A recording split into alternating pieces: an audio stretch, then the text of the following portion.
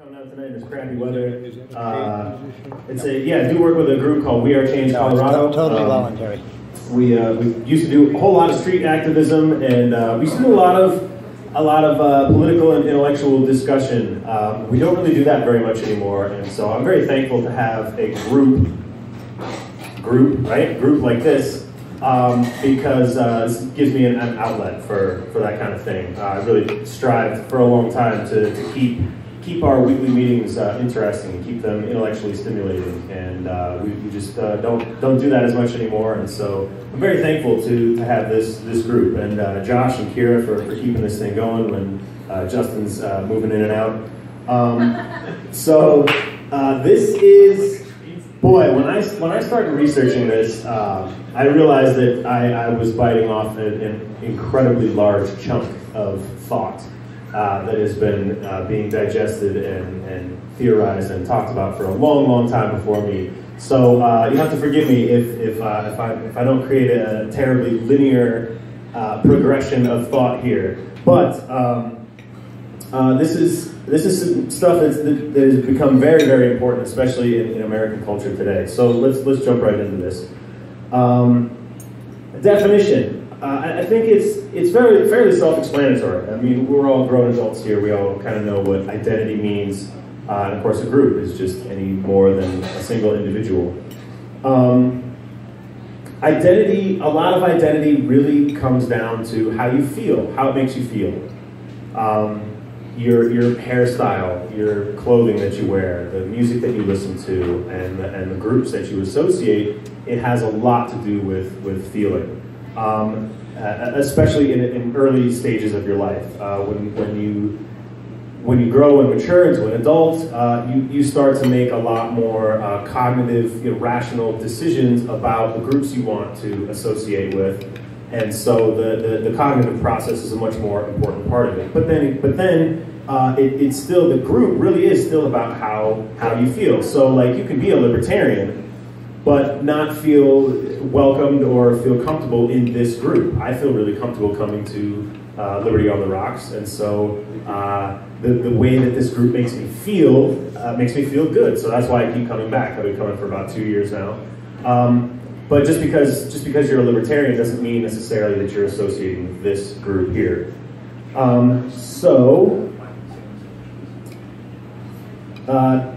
Italian sociologist Alberto Melucci talks about a three-part process. So I just touched on the cognitive process. Excuse me. Ben Shapiro also talks about how things like if you identify as a liberal or a conservative, they're less of an identity and more of an identifier. So it's more about a logical, a thinking process that brought you to decide, okay, this makes sense in my brain. Now I would like to be a part of this thing.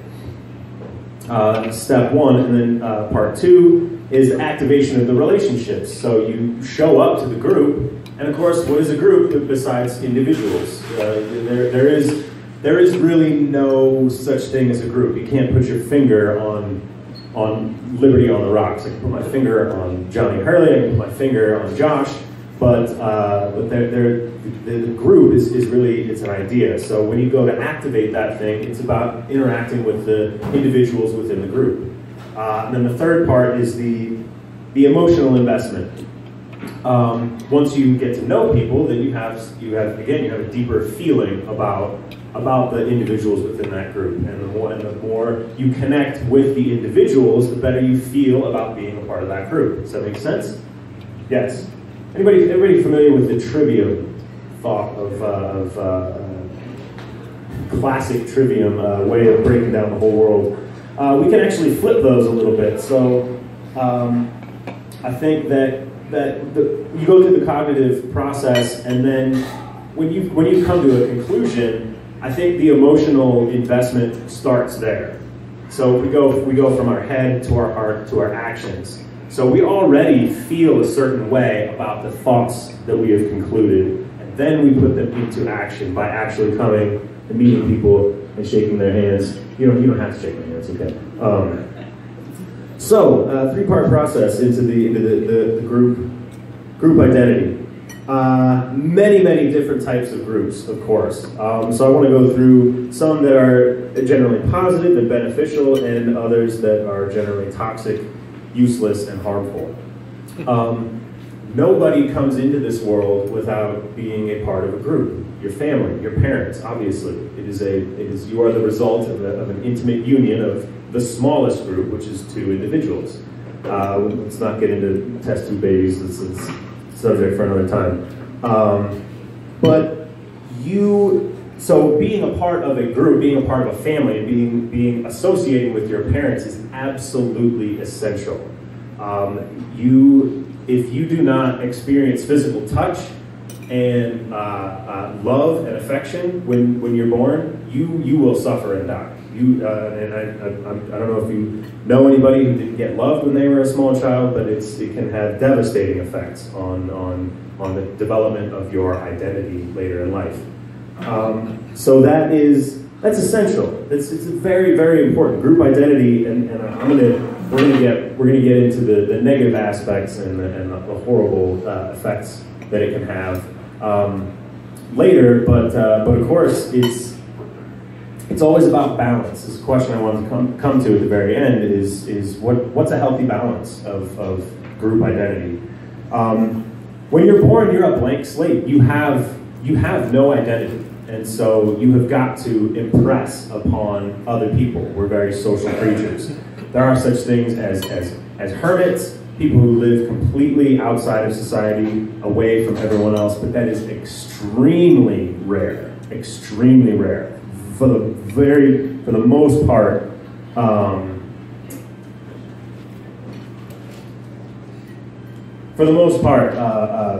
we survive with each other. You can survive alone, but it's really tough. We are social creatures. It's just a fact. So after family, in family again. You don't get to pick your family. Once you start to develop yourself a little bit, then you get to start to pick your own group, pick your friends. You pick your cliques at school or community. School or community, either way. It's kind of same kind of thing. It's people that you didn't necessarily choose to associate with, but that are in your immediate environment. So if you think back to when you were a teenager and how incredibly important it was to you to belong to a group. I mean, everybody at every school there was like the popular kids, there were the bad kids, right? The nerds and the science nerds and the drama kids and all of that stuff. And it was really important because when you develop an intimate relationship with somebody who cares about you and reciprocates your feelings, that fosters personal development. So when you're comfortable enough with somebody to maybe ask what you would otherwise term stupid questions or divulge personal thoughts and feelings to other people, it's essential to your development. So again, group identity is incredibly essential to forming ourselves. Also offers you protection as well. Of course, there's strength in numbers. I remember in school once, I remember picking on a kid, and another much bigger, stronger kid who was friends with that kid came up to me and said, "Stop messing with this kid or I'm going to kick your ass." So there are so many benefits to your survival with associating with other people, with identifying with a group. And then there are generally toxic and useless and harmful group associations. Things like sports culture. Of course, there's nothing wrong with being a sports fan or watching an athletic competition, but the culture of sports identity is incredibly toxic. If you've ever seen the statistics about domestic violence in the city of the losing whatever this championship is, the NBA Finals or the Super Bowl or the MLB playoffs, the city of the losing team, domestic violence goes way up that day or that night. That's a big problem. The concept of loyalty. I've always had a big problem with loyalty to persons, loyalty to people, as opposed to, and this is something I've come to understand later, loyalty to principles and to ideas. Loyalty is, I feel, is a toxic part of group identity that can lead you to compromise your morals when you're interacting with other groups.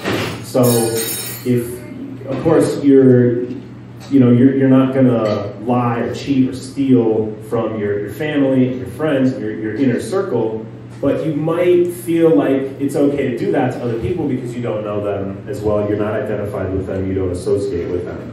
This is where national identity becomes a serious problem. This is how the military functions. Orwell talks about this in 1984 about how whatever the enemy du jour is, whether it's the East Asians or the Eurasians against Oceania, they are portrayed as almost not even human. They're portrayed as animalistic, as something so foreign to you that it becomes very easy to murder and kill and compromise your morals, things that you would never do to your neighbor, to your family and friends. You're very much willing to do to other people because of this association, because of your group identity with a nation. In the military today, of course, millions of people, millions and millions of innocent people have died at the hands of our military because we convinced ourselves that it was okay to do bad things to other people that we don't know, we've never met, and that's incredibly toxic. Race, of course. Race has nothing to do with who you are, with the essence of what your person is. If you are identifying with the color of your skin, you might as well be identifying with the color of your hat or your shoes or your socks. It's preposterous, and it's obviously history has shown us time and time again how toxic this can be.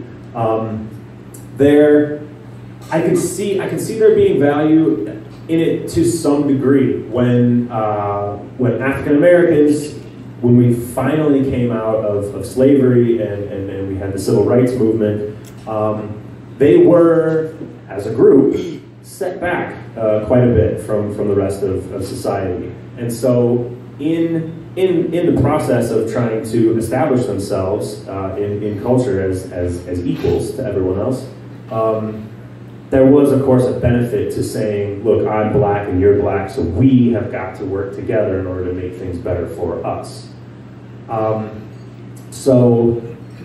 But that still is, it's a slippery slope as well, because in order to be racist against somebody who has a different skin color, you got to be identified with your own skin color. And again, that just leads to toxicity.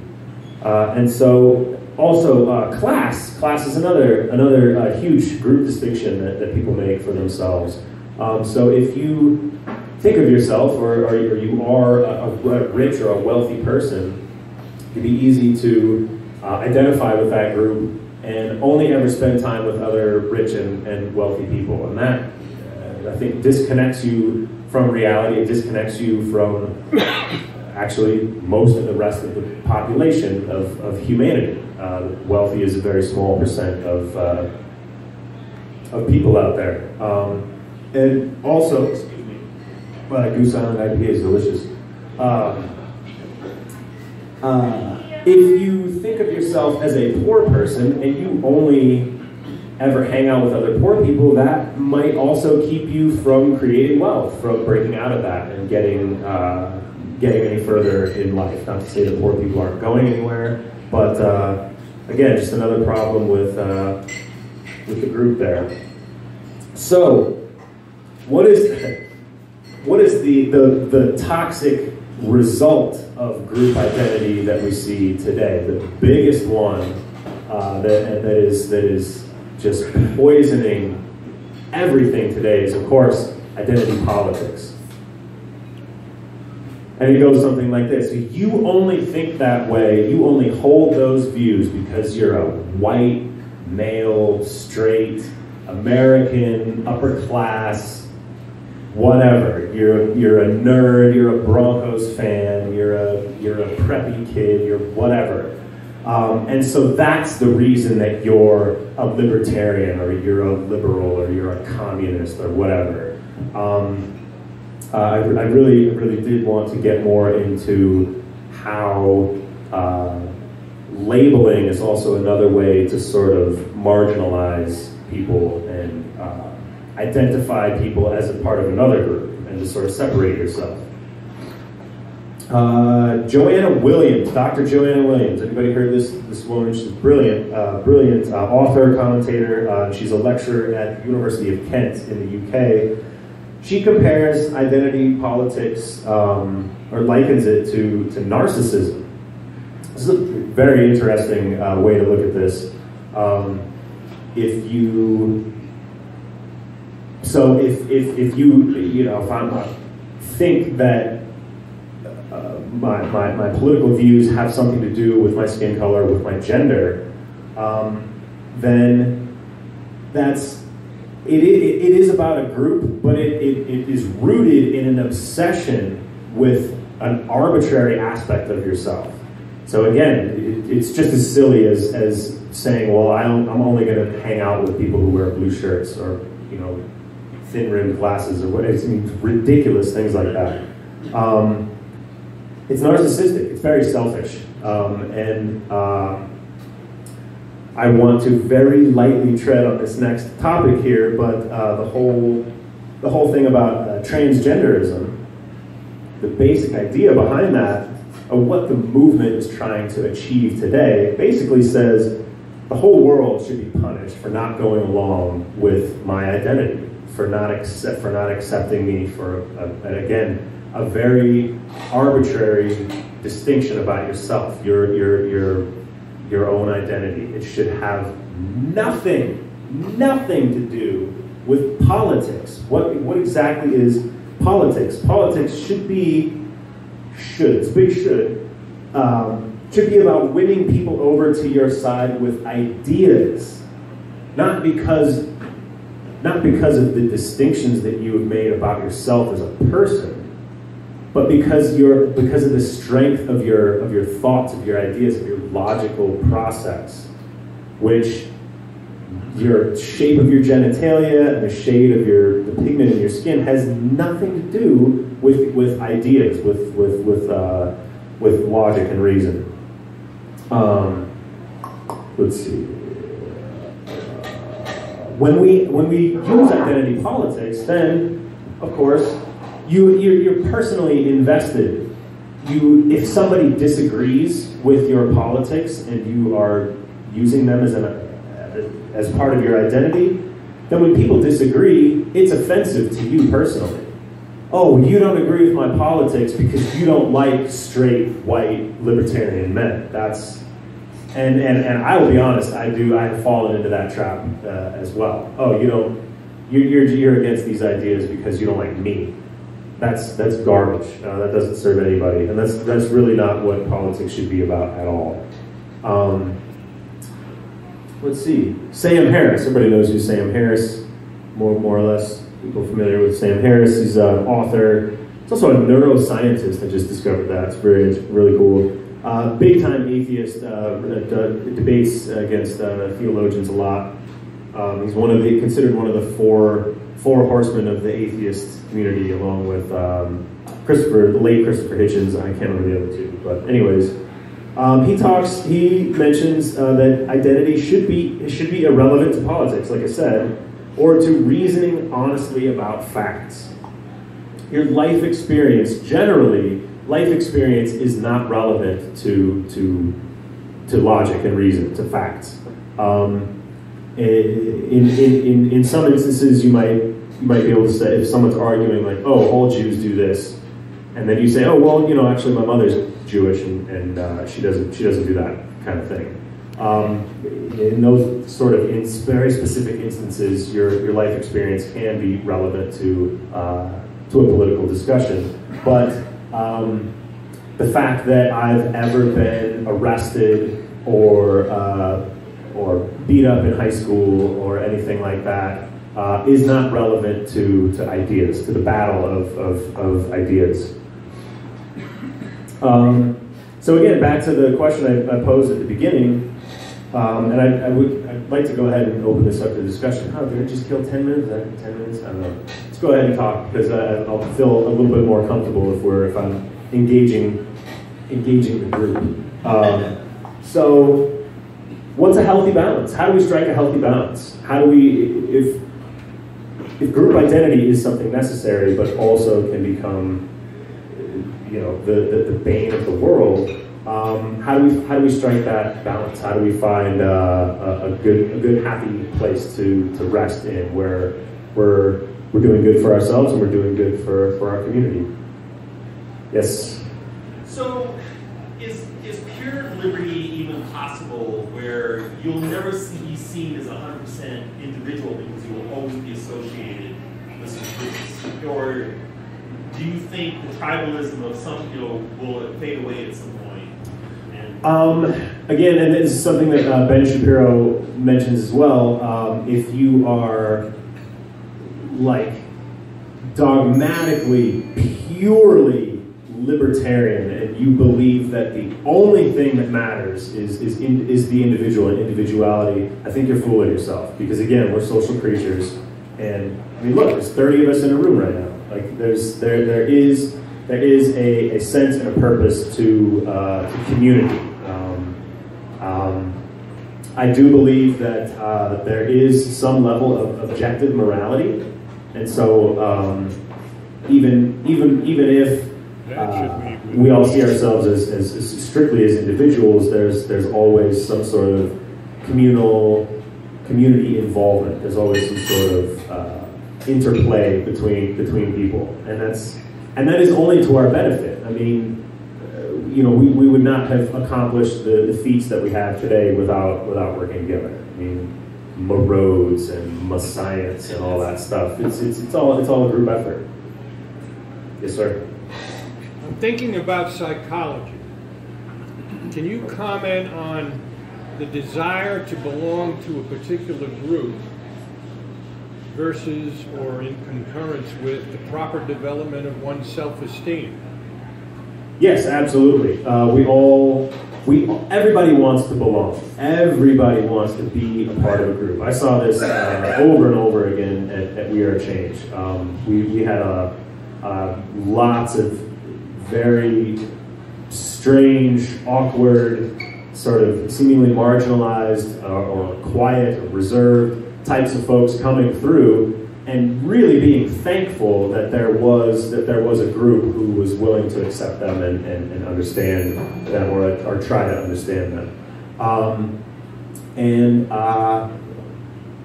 Again, there are pitfalls and problems with that too. I had a friend. We're no longer friends, but he thought that it was really important to have lots and lots and lots of friends, lots and lots of connections. And it does. It feels good to know people, to have people reciprocate your feelings, and to be enamored or impressed or just like who you are, for who you have decided to be. So yes, for developing self-esteem, it's very, very important, and especially again at a young age. And this starts all the way down from when you're a small child. I mean, if your parents, you need love and affection, and so that's what helps you even have an understanding of what self-esteem is at all. So yes, absolutely. Does that answer your question? Yes. Awesome. You're doing better than I thought. By the way, I'm just a chef with a catering company. I don't have any academic credentials. I'm just a normal guy who just did some research. take this whole thing as you will. Yes, sir. Do you think people like being part of a marginalized group? That's why people join something like, say, the alt-right, where they're basically branded this horrible entity by everyone else. Absolutely. Like going there. Absolutely. Absolutely. I mean, that's like the contrarian, people who always have to feel like they have to be against something. And again, even to have someone join you in being against something is fun, because then you can interplay with somebody else's personality, somebody else's identity that agrees with you. And again, we're all individuated, and so even when we do share ideas, we all see them differently, and we all act on them differently. Yes? I don't exactly know about the question here, but You can just say whatever you want. Just pointing out, like, I remember like the Bush Kerry election. There was the skull and bones thing, right? Right. They were suggesting that they were voting this small cult. Right. They were, yeah. This is a group. This is a small, very small group. Right. And very secret, special, important group. Yeah. You know, yeah. It's like, well, everyone else should be able to identify as not in that group, right? And yet, you know, we're supposed to like democracy. We're supposed to be into democracy, right? I mean, that's exactly which I have much experience. Some of us, yeah. Like, I don't want to be outnumbered by idiots. You know what I mean? I don't want people whose opinion I respect It's to be outnumbered. kind of the way of the world, but Right. okay. So on one hand, I can sort of like sympathize with this, like whatever evil small group, you know, to the extent that wow, they're actually able to get both of those guys in to, you know, both running for president. Like that's remarkable. And so not really the question, but it's like just to like remind ourselves that you know, like that this massive group is totally powerless to, you know, everyone else has no, you know, can't manage to get in there. Yeah, exclusivity is highly attractive to us.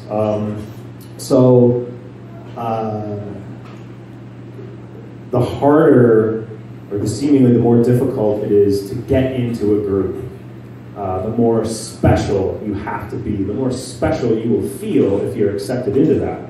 This is why things like the Navy SEALs, Special Ops, Black Ops is so successful, because the military, again, it's a multi-tiered thing. So I mean, if you ever turn on the television, you see military propaganda. You see how they try to make you feel like you're this special badass that's doing this noble, great thing, and only certain people are able to do it. So then once you're in there, then they say, guess what? There's another level of exclusivity. You can be even more special than this. It's like Scientology. Yeah. Oh, yeah. I'm sure that this manifests in religion in some ways too. I mean, there's in Catholicism, there's many, many different levels of authority. And of course, it's sort of natural to want to progress in life, to want to do better by some definition. There's also a benefit to it as well. When you just open the doors of a group to anybody and everybody, well, then what makes the group special? What makes you want to be a part of it? If you sort of close the doors to most people and you only say, okay, well, this group has a goal. We have a specific interest. We have a goal in mind, and we, the people who are already the individuals already in the group, we only want certain people who think or act a certain way to be a part of this, because we think that thinking and that action is going to help us achieve that goal. So if somebody else shares that goal, then they will likely want to try to embody whatever it is that would allow them into the group to help advance that goal. Yes? When it comes to identity, you're kind of saying like when we're born, do you think there's genetic disposition to certain certain ideas, I'm not sure. Again, I really, this is a dangerous place to go. I really don't want to get into this too much, but your biology does have something to do with your identity. I'm talking about gender. Hey. Yeah. Sorry. See, that's why I didn't want to go there. But yeah, I think so. I think the balance between nature and nurture is always something like 50-50. So some people, when they're born, no matter what you do, they're going to turn into sociopaths. They're going to turn into crazy people. And other people, I have friends who have been through serious abuses, like genuine, like physical and emotional abuse and neglect, and they still turned out great people. That term, hurt people, I think that's bullshit. Yes, it does happen, but it's not universal at all. I know people who have gone through some fucked up shit in their lives, pardon my language, and they came out great people. They saw that, they recognized how horrible it was to be treated that way, and they said, I don't ever want to put anybody else through that, ever. So yeah, I don't know. I hope that we're not predisposed to too much thought, but I don't doubt that there is. Again, I'm not a psychologist. I don't know. But that's a great question. Thanks. Yes. Johnny, I just wanted to go back to a question or two earlier. You were talking about the military, and I just want to make a comment. I was watching Rogan's podcast the other day, and there was a guy on there who's part of like the recruiting team for the Navy SEALs, and they're struggling. They are having an unbelievably difficult time getting people fantastic to get excited about doing that. And he's basically like, for years we've had sort of thousands of guys to choose from, which we narrow down to hundreds. Then we narrow that down to 10. And he's like, we don't even have the hundreds anymore. Wow. So I was encouraged by that. That's great. Despite the complete lack of an anti-war, pro-peace movement of any sort. I mean, there are tiny little factions like meetup groups like this. This is not a tiny meetup group, but I often calm down. I often get at people on social media. Oh, how come nobody's anti-war anymore? Where are you? Where were you when Obama was dropped 27,000 bombs in his 8-year term? But that's great news. That's fantastic. I hope that continues because again, if there's nobody to follow the orders, then there's no war. If nobody shows up, there's no war. I don't want to get too far away from group identity. I have two questions. One is, how many combat veterans are in the room? Combat? Combat veteran, yeah. Okay, two? All right, so the two of us. I guess the second question would be, typically folks that identify with small L libertarian, whether they're anarchists or minarchists or classical liberals or whatever else they are, they usually hate a binary. I'm socially liberal, economically conservative, or I'm whatever. Like I'm conservative here, liberal here, this binary. But when we talk about identity-related things, I think one of the things, my view, inside of this general amalgamation of viewpoints that is small L libertarianism, is that we look at two different biconditionals ourselves. One is the principles that we have versus, like, say, an identity politics. And we're like, these two things aren't compatible. And then we pivot over and we say the world as it is not compatible with our principles. Whether it's subsidies for sugar or military policy or tariffs or whatever it is, right? The world is inconsistent with our principles, and these identity groups, whatever they are inconsistent with the principles. But shouldn't it be a triangle about how these identity groups, 40 years ago, it wasn't possible in some states for a woman to sign on to get a bank loan without her husband signing a cosigner. It was impossible in 30 states to rape your wife because a marriage entails as a contract free physical access to a woman regardless of consent. Right, I think Sharia law still has that. Sure, but we're talking about, Indiana, South Dakota. Yeah. Right? Like Missouri, not, New York, not, Djibouti. So, why can't we look at some of these things where people are saying, whether they're a woman or whether they're transgender or whatever else it is, where they want to live the principle? Why can't I, as an autonomous acting individual, get a bank loan or use a bathroom that I want, or whatever else, in relation to the principle of the world, the world not being in line with the principle that the small L libertarian groups want? Right? Like, it's in a reactionary way. Like, why can't an African American in 1950s Alabama get a sandwich? Right? And so, like, in a reactionary way, isn't there some value? There's excesses in every group. Maybe as, small L's have it. I mean, I'm sure a minarchist here is not going to agree with an anarchist, and an anarchist isn't going to agree with a classical liberal, a David Hume or, a Ricardo or whatever. But isn't there still ways of saying, well, their relation to their identity is something that is imposed upon them, and there is something valid to them saying, I would like to live along these principles. We already identify that the world as is not even in alignment anywhere near the principles.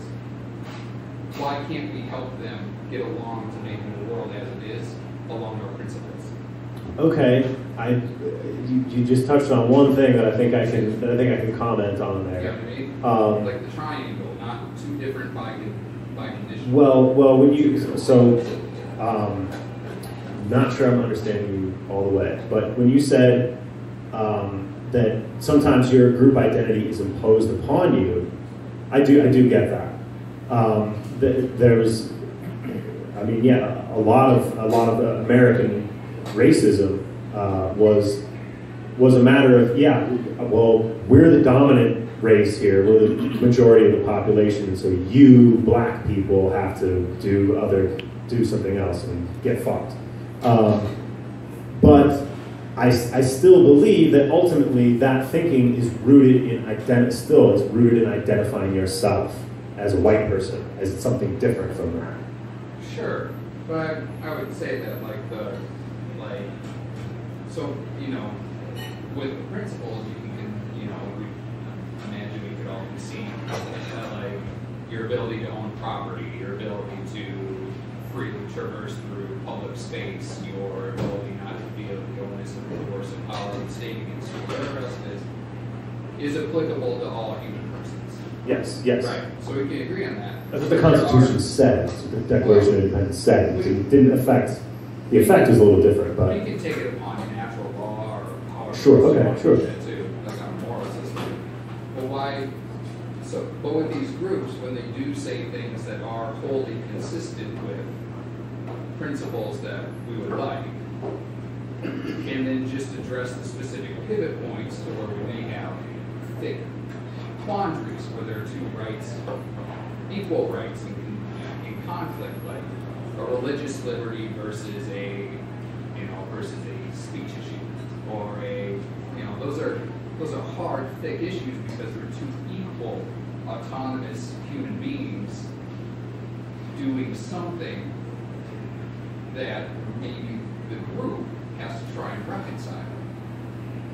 Okay. So, like, when they have their identity, maybe it's imposed upon them, but what they're saying may be valid in striving towards the principles that small L libertarians agree with. Counted there are always differences. Okay. See what I mean? No, I don't. I apologize. I'm not following. Okay. I'm sorry. Anybody else following this? I'm sorry. Libertarians usually lose the crowd when they say taxation is theft. Right? They usually lose the crowd. Even though they're right when they say they're that. liberals or conservatives, right? Right. They lose the crowd. Right. Right? So that's even a rhetorical exercise. you don't get to discussing the principles, right? And so it's entirely possible that the different groups have an identity imposed upon them as individuals just wanting to live their life consistently with the principles, where you want to live, but zoning laws say you can't. Like how you want to use your property, but regulations. Yeah. We started in combat. How you want to start a business, where you got to sit through 1,000 hours of, indentured servitude is cutting hair before you can get a license, right, to do it. Like all these sorts of things are, like these are progressive liberty. the identity is a response to the fact that they can't live libertarian principles as individual autonomous people. And so that's the value. Like, Sorry, I apologize. I did not need any offense by that, but Let's do one or two more questions, and then we'll call it. You're a smarter man than I. Thank you. I appreciate your comments, sir. Yes. Yeah, I'm in marketing and advertising, and I read a really good book that said if you're going to reach somebody, you have to enter the conversation already going on inside their head. So I think as libertarians, I think that's, if we can get better at that, and then find out where they're at, meet them there, and then gradually pull them along to driving us to our side. That's the better way to go. Sure. Communication, tactful communication is paramount in sharing ideas. I mean, if we're talking about sharing political ideas, then yes, I agree. And I agree with what you're saying there. I love saying taxation is theft. It feels good. I write it on my receipt. Every time I have to sign my card and put a tip down with my debit card, I write taxation is theft with an exclamation point. It's fun to do. I think it can be thought-provoking, but it can turn a lot of people off. Anybody familiar with Mark Passio? Study Mark Passio? Yeah. He talks about how nothing matters except that you're saying the truth. If you're uttering the truth, it doesn't matter how you're saying it, what mode of communication you're using. As long as you're saying something that's true, then you're doing good for the truth. I don't believe that at all. Everybody communicates differently, and understanding how to communicate, how to meet people where they already are, meet people where they're at, is really, really important. So, yes, coming out of the box with taxation is theft is not a great way to communicate with a lot of people. So being subtle and tactful with what you say when you're communicating your ideas is very important, I think. That's why I don't stand on a street corner with a bullhorn slinging DVDs at everyone that walks by anymore. It's just not an effective way to communicate. So, Megan. So I think what you're saying that the negative impact of group identity results from a person's self-worth being wrapped up in the identity instead of in the value of themselves as a human being. Yes, absolutely. Thank you for saying that. When you prioritize, that's where loyalty comes in. That's what was the purpose of my question. Any group. So again, I was talking about sort of positive, generally positive, beneficial groups, and generally negative, toxic groups to associate with. Any group can be toxic if you prioritize your group, your identity with the group over your individuality, over your own sense of morals, over your own logical process. So again, if you are loyal to a fault to your friends and family, that's what leads to moral relativism. That's what leads to accepting, go over the hill and kill that guy over there because America, because stars and stripes. So again, and that raises the point again, like where is that balance point? How do we know when we've gone too far with our group identity? How do we know how to get the healthy benefits out of associating with a group? I don't know. I'm getting some healthy benefits from associating with this group. So thank you guys so much. Thanks for listening.